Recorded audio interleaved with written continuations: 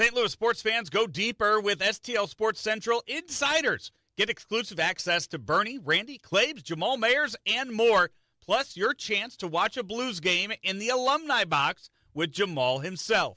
Monthly giveaways, Bernie's columns all week, and support for local sports media. Join now at stlsportscentral.com. And welcome into the Mizzou Central Postgame Show right here on STL Sports Central. He is the former Tiger All-American and now Hall of Famer Kareem Rush. I'm Chris Pelikan. Tigers lose 76-71 to Notre Dame in the ACC, SEC Challenge, whatever deal this is. But first true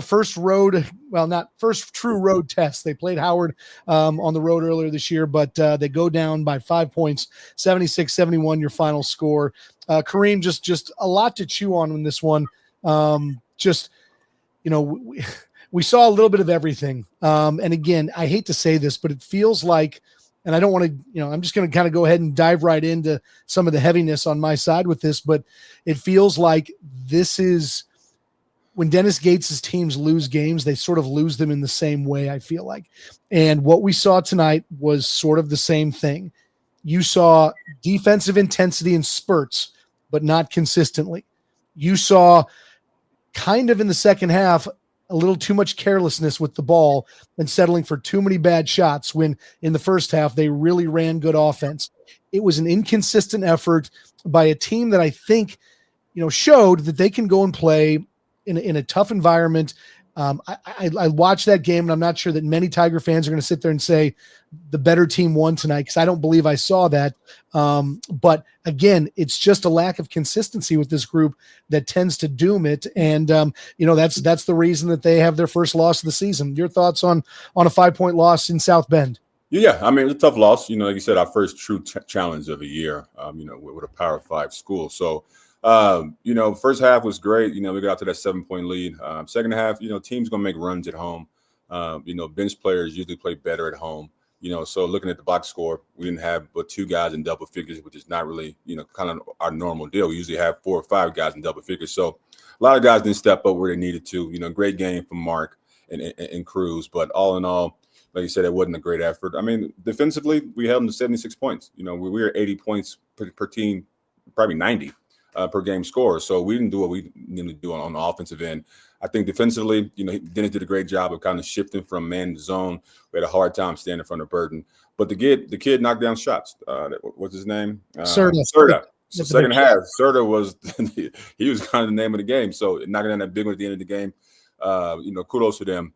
But I'm not too discouraged. I don't think guys we're only gonna have 2 guys in double figures every game. But like you said, we can have some more defensive, consistency there. But all in all, we weren't going to go undefeated. I'm happy with a little bit how we played, but, I think we should have won this game for sure. So it's the Mizzou Central Postgame Show. Tigers lose 76-71 at Notre Dame. And folks, as always, we invite you to jump in and join us in this discussion. Get into that YouTube chat, leave us a comment. And while you're there, please, why don't you go ahead and leave us a like and follow. That will help us mightily here on our nice little program. And we've got Matthew jumping in early saying Mizzou had a chance to pull away. I thought we let them back in the game with a turnover or wasted possession. I mean, Kareem, I texted you at halftime and thought the game, for all intents and purposes, could have been out of reach by the half. Again, you never say that, when you're playing against a decent team on the road, but what was a 12-point lead at one point that could have been more was down to a 7. And then next thing you knew, 3-4 minutes in, it's a Notre Dame lead. This is one of these ones that's tough to talk about, because you sit there and, you've done this at the highest level. Where does a team find a killer instinct, especially maybe early in the game, where you can change the complexion? Because again, I look at this and I couldn't agree more with the comment that, the Tigers had them on the ropes late in the first half, and you let them back in. Is that something? Do you just need a Kobe Bryant on your team who's got that, the Mamba mentality or the killer? Like, hey, we haven't achieved anything at this point in time. What is this team lacking that would allow them to blow that lead, let a team back in, so on and so forth? Again, I know that the other team, they're on scholarship too, that sort of thing. But by the same token, it looked like this thing could have swung pretty wildly for the Tigers, and they just did not do enough to sort of step on that throat, so to speak. I mean, they made plays. Second half, NG, I mean, he had a great second half. We were really kind of, really relying too heavily on Mark in the second half. They was kind of surrounding him, and guys wasn't knocking down shots or stepping up. Jacob had that good run in the first half where he knocked down those threes in a row, but that was kind of why we got out to that lead. But he didn't have that same, second half. So I think we struggled offensively in the second half, finding, kind of our rhythm. Mark did a great job of, penetrating and doing what he does, but we didn't have Stone, we didn't have those guys knocking down shots. And once Jacob's hot, now the team is going to kind of focus on him. So other guys got to step up. We can't have, two guys in double figures and other guys, having 6.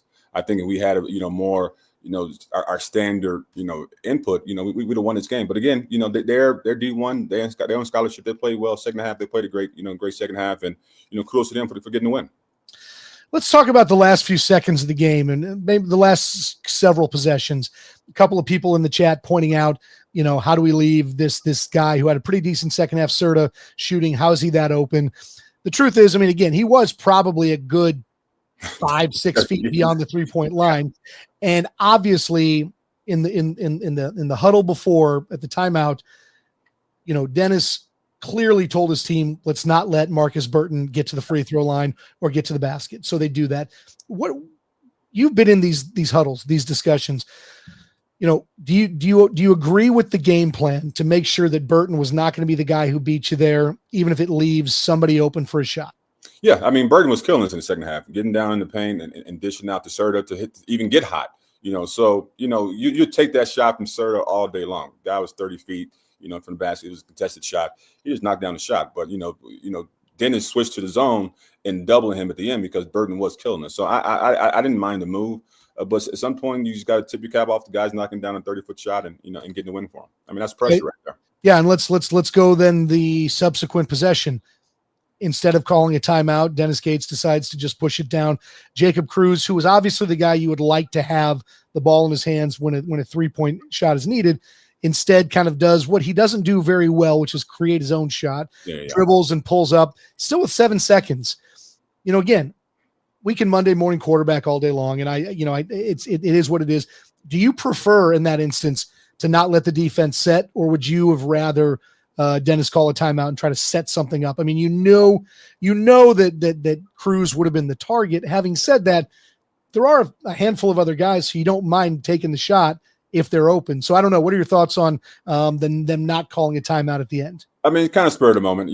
Either way, ideally he could have called timeout and drew up something. But Cruz was hot. Mark hit that 3 right before then. So we could have had a better shot. Jacob's shot was contested, but in the heat of the game, guy got down. He came down and shot. He missed it. But again, I think, they didn't expect Serta to knock down that 30-footer. I'll be honest with you. But he did, and like I said, kudos to him for knocking it down. But, small things could have changed. It was a great shot. Cruz was probably going to be our target to take that shot. He missed it. So it is what it is.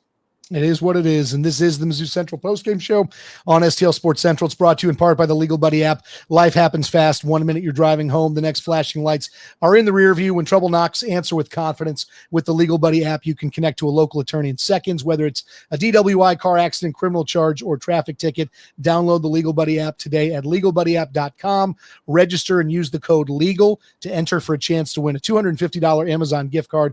Always on your side. That's the Legal Buddy app. Kareem Rush, Chris Pelikan with you as the Tigers lose 76-71 at Notre Dame in the ACC SEC Challenge.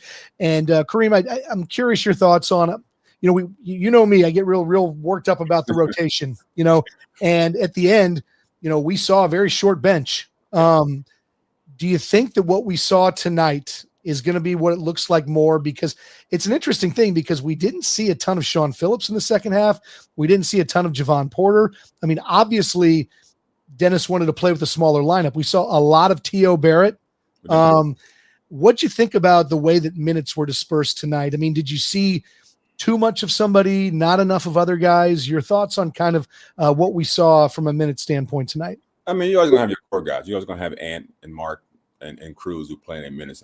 Speaking of Cruz, I think he's going to be 6th man of the year in the SEC. We have back-to-back guys with that. So and shout out to him for stepping up and playing that role that we need him to fill, which is what Caleb did last year for us. But as far as the rotation, matchups changed every game from game to game. Burton was killing us, so I enjoy seeing T.O. out there to get, and out the ball sometime, and did a great job of leading us defensively like he always does. But again, I think this came down to our offensive woes. We had 48 points between those two guys, and the rest of the team didn't step up. So if we can have more consistent, like we normally do with Stone and some of those guys coming in and having their input, this game should have been won. But again, it is what it is. They played well. We didn't play well enough, but we got to get ready for the next game. Yeah, there's no doubt they missed Jaden Stone, who will be out 3 to 4 weeks, I believe, with a wrist injury. So, they will be getting into conference play more than likely without him. I think he was missed tonight. Sebastian Mack, again, this is a guy who was a pretty high dollar NIL UCLA transfer. Barely saw the floor tonight. Total of 6 minutes. Yeah. I'm just curious your thoughts on sort of the backcourt, because obviously with Caleb Grill gone, with Tamar Bates gone, there's just a lot of minutes on the wing, and obviously a lot of points to make up for. We thought that Sebastian Mack and Jaden Stone would sort of be the guys. Again, right now we're not in that spot. So we saw a ton of Ant at the 2 tonight with T.O. Barrett running the point. Do you like that look? I mean, I don't think Max is that great of a shooter. And if he's not out there driving and making plays, I enjoyed having Ant, at the 2. Ant just knocking down his open 3-pointers and getting him off the ball sometimes can help him, not always be the facilitator. So I didn't mind it. But again, game to game, the match is going to change. The rotation is going to change.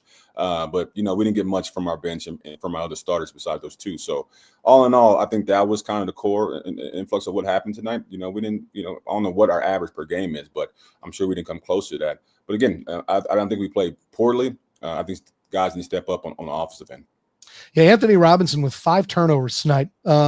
Again, he's a guy that I generally will trust with the ball, but tonight it didn't seem like it was working for him. And I assume that's why Dennis went to T.O. Barrett, who did not have a turnover to handle the ball primarily down the stretch. And to your point on points, so Mark Mitchell leads all scores tonight with 26, Jacob Cruz 22, and then the rest of the Tigers had 23 points combined. If we're talking about dispersing scoring with this team, early on when they're playing some of the directional schools, we saw 6 guys in double figures. Do you think that's realistic to see as they enter the meat of their schedule with conference play coming in a month? Is it going to be a deal where they can spread the scoring out like that? Or do you think we'll primarily see big nights from Mark, who played a great game tonight? I mean, there's no two ways. He is their North Star on offense. You just can't argue that.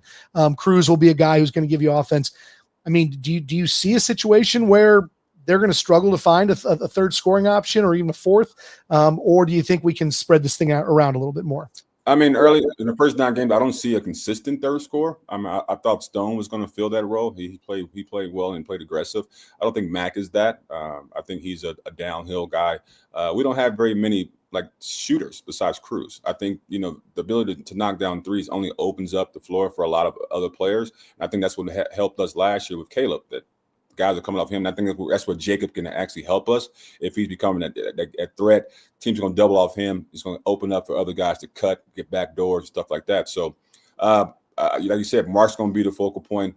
And is not really that guy. I hope to see more from him. I thought he can be a 14 to 16 point scorer for us, which would put us in a great spot. But still early in the season. Hopefully he can find his confidence in his rhythm there, because we're going to need it from him. I don't see anybody else kind of stepping up and being a double figure scorer for us besides maybe Stone. So if we only have Cruz and Mark coming through, we're going to struggle. And especially when we get into the meat of the SEC season, where teams are obviously better, they're going to start focusing on those 2 guys. Who's going to step up? They're going to start doubling Mark like we were doing Burton. And guys and Cruz is coming off down screens. They're going to start hedging down against Cruz. So guys got to step up, read those guys, and play against those. The defense is going to start focusing on those guys. Yeah, and something else I wanted to chat with you about, and this was something we were texting about as well. it seems like it is so clear. And I know that sometimes the best part about a loss for a team is that you can learn a lot about, what to do, what not to do, that sort of thing. But boy, oh boy, I mean, in those pockets where this team locked in defensively, pressed the ball, attacked passing lanes, they looked like they were world beaters. I mean, that was when the game went from a, kind of tight, close game to all of a sudden 12-point lead when their defensive aggression went to the next level. I mean, is it just me, or is that going to be the defining factor for this season with this team? If they're able to play 30 plus minutes of great defense every night, I like their chances in most games. If they do what they did tonight, which is probably play less than 20 minutes of great defense, it's going to be tough. I mean, it just seems like the defense is going to be the entire enchilada with this thing. If they play, if they can find a next gear from an intensity standpoint on defense, and Ant Robinson, spearheads it like he did tonight, but other guys are making plays as well. I mean, this is going to be the difference between this team, in my mind, being an NIT team and maybe a second weekend NCAA tournament team. Yeah, I mean, we got length. We need to use it, better than we have been. I think, Sean is a rim protector, but he wasn't needed tonight. I think tonight comes down to, we held him to 76 points, which is not bad. If we, like I said, kept our average, this would have been a good game. And the second half, they played extremely well. Serta knocked down those shots. Burton had a great second half, and we didn't play particularly well offensively. So, that's what happened, on the road, but I'm not discouraged. I can't wait to see the next game. We just need more guys step up offensively. If we can get, just 2 or 3 guys, then four guys in double figures, I think we've been in a nice spot. And we're really going to miss Stone. I think he was kind of, solidifying himself as a primary third or fourth scorer for us. And somebody got to step up. Either that's Boateng, either that's Mac. We got to get some guys knocking down consistently outside shots, because all we do now is we force it to Mark, let Mark do his one-on-one thing, and hopefully hit Cruz on a 3-point shot. It's not good enough offense for us, and it's not getting enough guys involved. I'm glad you brought that up, because I wanted to talk about it too. As much as the defense is important, and I do think that'll be the determining factor, we notice this team gets stagnant offensively sometimes, don't we? Yeah. And it's like you said. You have a player like Mark Mitchell, who is so good attacking the basket, maybe as good as there is in college basketball. Do you think that's made this team lazy in some areas? I mean, Notre Dame ran some nice offense tonight. They spread the floor really, really well, missed a bunch of shots in the first half. But again, we look at what the Tigers end up doing. It's just these pockets of apathy where they're just not moving. They're swinging the ball around the perimeter, popping a 3-pointer with 4 to go on the shot clock. What if you're coaching this team, Kareem? And again, I'm not asking you to second guess Dennis Gates, but I mean, what do you want to see out of them in terms of what they do offensively? From what it's knocked down, outside shots consistently, having a threat outside of Jacob. Other than that, our offense really boils down to Ant kind of dribbling around and give it to Mark, let Mark go one-on-one, and that's it. And we hope to have Jacob, spotted up and something happens. But other than that, we're not running any sets. We did run a couple down screens for Jacob, which is great. But again, we need to find ways to get, keep guys involved, because even though guys don't want to say it, if you get touches on the offensive end, defense, tends to pick up as well. So, like I said, I'm not too discouraged. I don't see guys not coming through, under double figures very, very often, but we'll see. We'll see what happens. He is the Tiger Hall of Famer, Kareem Rush. I'm Chris Pelikan. This is the Tiger postgame show right here on STL Sports Central. And folks, the postgame show is brought to you by our business banking partners at Home Bank. From business lending to everyday banking, Home Bank has been with us since day one as a trusted partner. Business is not just about numbers, it's about relationships. And with Home Bank, those relationships make all the difference. Home Bank is the team behind our team at STL Sports Central. Visit myhomebank.bank or call 855-577-2001. Home Bank, member FDIC, more than a bank. They are your business partner, and they do bring us the money moment of the game. And Kareem, I guess I don't know if there's anything other than Cole Serta hitting a 3-pointer with, 6 seconds to go or whatever it ended up being, 12 seconds to go to ice the game for Notre Dame. But, your thoughts on anything else that might have stood out as a potential money moment of the game? None really. We lost, so I ain't got nothing. No money moments. Yeah. Shout out to them. Shout out to Mark for a good game and Jacob for coming through. We need that consistency from them, but the other guys got to step up. But I took my cap off to the Notre Dame guys played well in the second half and started to knock down, maybe a top 10 Sports Center shot tonight. I'll throw this one out there as a sleeper money moment of the game, obviously for Notre Dame. But when Micah Shrewsbury got a technical foul late in the first half, when his team was down by 12, and darn near was, started a fight with Ant at the end of the first half, I got to give Micah Shrewsbury a lot of credit because his team came out on fire in the second half. They did. And, I know that's not Dennis's MO. Dennis is not the guy who's going to be screaming at people. I think I'd rather have that than the guy who's going to get you unnecessary technical fouls. But I will say that I think that post technical foul, Notre Dame played a very different game. So I believe that Micah Shrewsbury's, sort of antics maybe, got the desired result. I mean, it got his team fired up. It got the fans fired up, kind of a 20-6 run in the second half. So it worked. Ant and Bergen were going, at the second, at the end of the first half too. So they came in with, no one likes to be down, at home, so I'm sure there was a fiery halftime speech. Dennis was probably, kind of calm and collected, like, we're playing well. Let's prove here. And he came out at, kind of blisters at the beginning of the second half. Yep. Well, that is the money moment of the game. It is brought to you by Home Bank, the team behind our team at STL Sports Central. Visit myhomebank.bank or call 855-577-2001.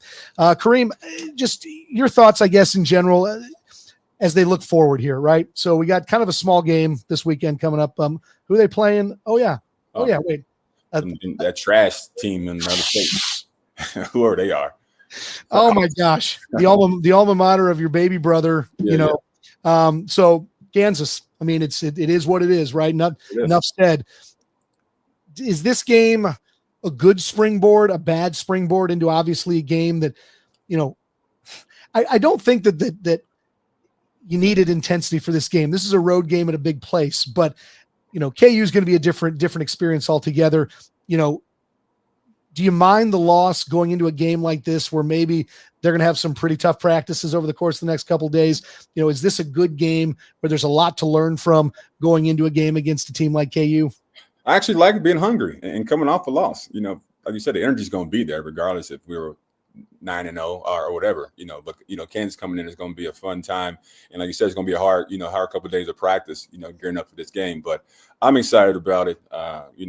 Regardless of where we are in the year, whenever this matchup comes up, guys are excited. Both schools are excited. So I'm curious to see kind of what happens. But I'm just excited to, have a game back and playing every year, and excited for the guys to be a part of such a, historic rivalry and get a chance to play in that atmosphere. Yeah, Kansas's all-world everything freshman Darren Peterson, I don't believe was playing tonight, and still battling an injury. Potentially might be in, might be out. He's an X factor. There's no two ways. And I'm not sure if you've seen him play much this year, but he is a difference maker. No two ways about it. Yeah, he's probably the first pick in the draft. He has a. Yeah, he's gonna be a problem.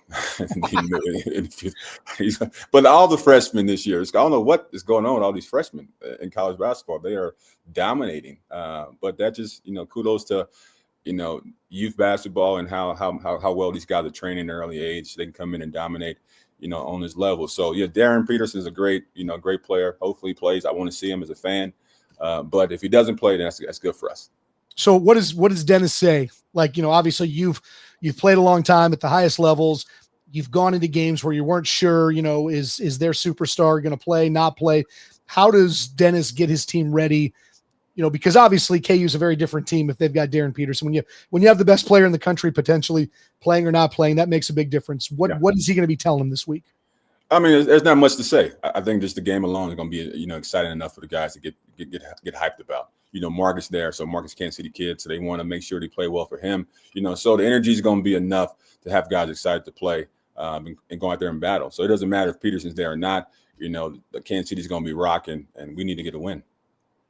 Yeah, tell me what do you think the atmosphere is going to be like? You've been to these games. I know this because hey, you're a Kansas City guy. I've got 10,000 friends from Mizzou or Kansas City people. It feels like Kansas City is more of a KU town than it is a Mizzou town. Yes. Do we expect it to be reflected, or do you think, when you've been around these games, do you think that we'll see enough Tigers fans to make their presence known? Will it be closer to 50-50? Is it going to be 75-25? What do you think? I'm thinking probably 75-25. But that's what we want. But yeah, Kansas City, I went to high school, a bunch of KU guys. So like I said, Kansas City is definitely, it's a KUMU town, but they definitely got the majority. So it'd probably be a 70-30, 75, maybe 80-20. Who knows? But we're going to show up and probably going to be wearing our black and gold. People are going to be there. We're going to be rooting our Tiger zone, and we're going to go out there and get the dub. Yeah, I'm curious what your thoughts too on the point spread will be. I have not looked at our point spread on this one. Tigers were a 1.5 underdog tonight against Notre Dame, and we'll talk about sports betting here in a little bit now that it's legal in the great state of Missouri. Obviously, I think people thought this was going to be a close game. I have not seen a line yet. I'm guessing KU will be favored by. Do we think it's like a 7-8 point spread? What do you think? Not much of a gambler, so I haven't looked at the spread either. But I mean, this rivalry game going to be close. I mean, hopefully. Yeah, I could. Last year, 2 years ago, they blew us out. So hopefully it's not that doesn't happen next year. Last year we blew them out. So we're on a neutral floor. So it should be an exciting game. But I don't get too much into the betting. I just want to get the win. What do you think they have to do to win this game? Again, it's like we think we know what Mark Mitchell's going to do on a day-to-day basis. He's uber consistent offensively. There's no doubt about that. Obviously Jacob Cruz has been very consistent as well. In your mind, what is the game plan that Dennis Gates has to get to his team and that they have to execute for them to come out with a win on Sunday? I think we need a signature game from Ant, where that'd be a 20-point game from him, so we can kind of showcase our third, primary scorer. Jacob's not going to be able to score 20 off the bench every game. If Jacob can be around that 15, 16 point per game, that'd be great off the bench. But we need somebody, in the starting lineup to help Mark, and that has to be Ant Robb, and so he has to step up. Defensively, does an amazing job. Going to be one of the top defenders in the conference, not in the country. But we also need to see some, improvement on his offensive game, and that's only going to help him, moving on to the next level. So if we can see that from him, we got a good chance of winning. It really seemed like tonight that his defense was the spark that drove this team. But then you look at it, and again, did not do much offensively, turned the ball over 5 times. But it just goes to show that, Anthony Robinson still, all in all, played a pretty nice game, despite the fact that offensively he was kind of a mess. But that defense, that can make such a huge difference. And so, yeah, I couldn't agree with you more that if the offense comes through and he's got his, can have 2 or 3 steals, can be all over the place in the passing lanes and still come up with a way to drop 13 to 15 points. I think that might be a huge thing as well. And again, I'm going to say this all day long. You'll hear it all season long. This team is going to determine their destiny by how well they defend. And Anthony Robinson, we know, is going to do a good job. But boy, this is the kind of game where you would like to see a signature defensive game out of Sean Phillips, where he ends up with 3 or 4 blocks and 12 rebounds or something like that. This is a game where, again, here we are talking about this rotation and 3 weeks ago it was, there's 11 guys playing. Why? We need to find. And then tonight, really, for all intents and purposes down the stretch, they locked in on about 6 guys who saw any floor time. And, the Jaden Stone injury changes things. But I guess I'd like to be pleasantly surprised by somebody. Maybe Sebastian Mack finds his wings this game. Maybe Javon Porter, becomes a difference maker. He played so well a few weeks back, and and then just was out there to start and then didn't see much time afterwards. Do you think that that we've got to see somebody else step up besides the 3 guys that we expect in Robinson, Cruz, and Mitchell? Yeah, hopefully these guys are hungry and want to make an impact. And I don't think anyone likes to have, poor games. So especially someone like Mack and Porter, who's coming in, with a lot of hype. So it's on those guys to look within and either to get in the gym, talk to coach and find ways to have more impact out there. Because, if we can't just rely on Mark, I think we need realistically 2 all-conference players, which was Ant Robb and Mark, to really kind of, have a good seasons. But we also need those 3rd and 4th scorers to kind of be consistent, for us. Brandon jumping in on the chat, and I hate to say this, but I think he might be right. So what do we got to do to win the game? Get lucky and shoot lights out. That's his answer. But he says, I bet we go 8 for 30 from threes and the game gets away from us. I'm hoping that's not the case, but it does seem like that is a path that I think we've seen and that we hope doesn't happen. But I don't disagree that part of my mind is there as well. Well, we got to shoot them. We got to have them defend that line so we can open up the floor for our drives, because that's where we really are strongest is our dribble drives. But if people know that's all we're doing, then they're just going to, sink in and double mark, and it's going to be a hard time for other guys to kind of step up, which is, if Cruz wasn't knocking down shots, then it would have been a blowout, so we got to find ways to create easy buckets for guys, so we're not really relying on those two guys, solely. Spread the floor offensively, move the ball well, don't turn it over, and just play suffocating defense. Simple game. There it is. It's easy, right? Okay. Who can't do that? All right, folks, Missouri, your moment is finally here because DraftKings Sportsbook, America's top-rated sportsbook app, is now live and in your state. Now you can make every game even more exciting with same-game parlays, money lines, props, and more, all from your phone, all safe, secure, and easy to use. Missouri fans, no game day. The tailgates, the noise, the passion. Now with DraftKings Sportsbook, you can bring the same energy to every snap, every touchdown, every win. And right now, new Missouri customers can bet just $5 and get $300 in bonus bets instantly. No waiting, no nonsense, just pure action powered by America's top-rated sportsbook app. Download the DraftKings Sportsbook app and use code STL Sports.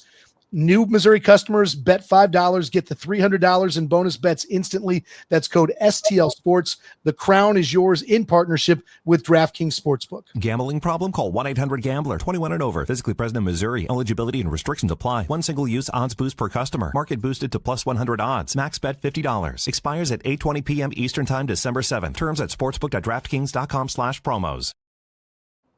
Yeah, right, get a $5 promo in. How about that? Absolutely. Absolutely. We're legal. Let it rip. Let it rip, folks. So this is the Mizzou Central Postgame Show right here on STL Sports Central. He is Kareem Rush. I'm Chris Pelikan. We'll start to tie a bow on this one. Tigers lose 76-71 for their first loss of the season. They dropped to 8-1.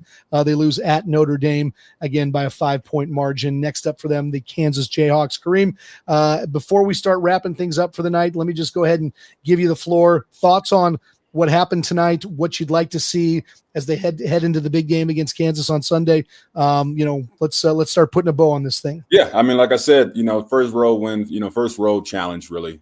We played well in the first half, didn't play well enough offensively in the second half. I think that's what it really came down to. Held them to 76 points, but we need more offensive effort from our other players, and we'll be good. But moving on, we're 8-1. We're still playing well. Now we got a big one. Getting this win in KU will definitely springboard us moving forward. We can forget about this loss here. But, again, kudos to Notre Dame. Kudos to the kid knocking down that big three. I've been winning it for him. Yep. Got to find their identity, I think. We know what we see offensively. We know what we see in spurts on defense. I think they got to find that rotation, lock that thing in, and those guys have got to be dogs on defense. There's no two ways about it. That they do that, and this team is talented enough to be a second weekend tournament team. I got no doubts about that.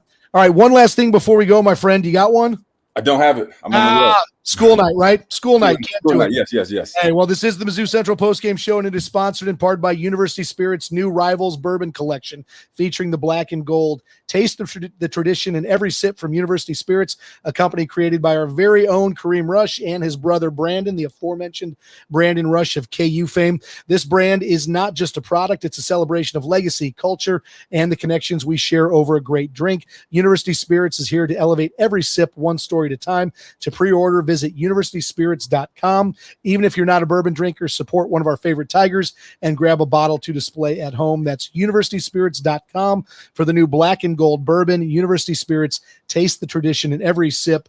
Kareem, I'm just going to go ahead and toast you. We're back in stock, so make sure you guys go out there and purchase a bottle of that black gold. We got some exciting things coming down the pipeline for University Spirits in the next few months.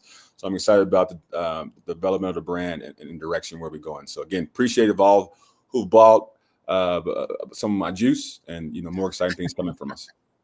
That is universityspirits.com. Log on, get some of the juice. I think I can give you a firsthand testimonial. Some good stuff, some good juice. All right, my friend. Well, fun as always. Hate to talk on a loss, but again, some good things to build off of. And hopefully when we chat again on Sunday, this team, we're celebrating a win and a 9-1 Tigers team. But we'll have to see. KU sucks. He is Kareem Rush. I'm Chris Pelikan. This has been the Mizzou Central Postgame Show right here on STL Sports Central. We'll see you on Sunday. MIZ.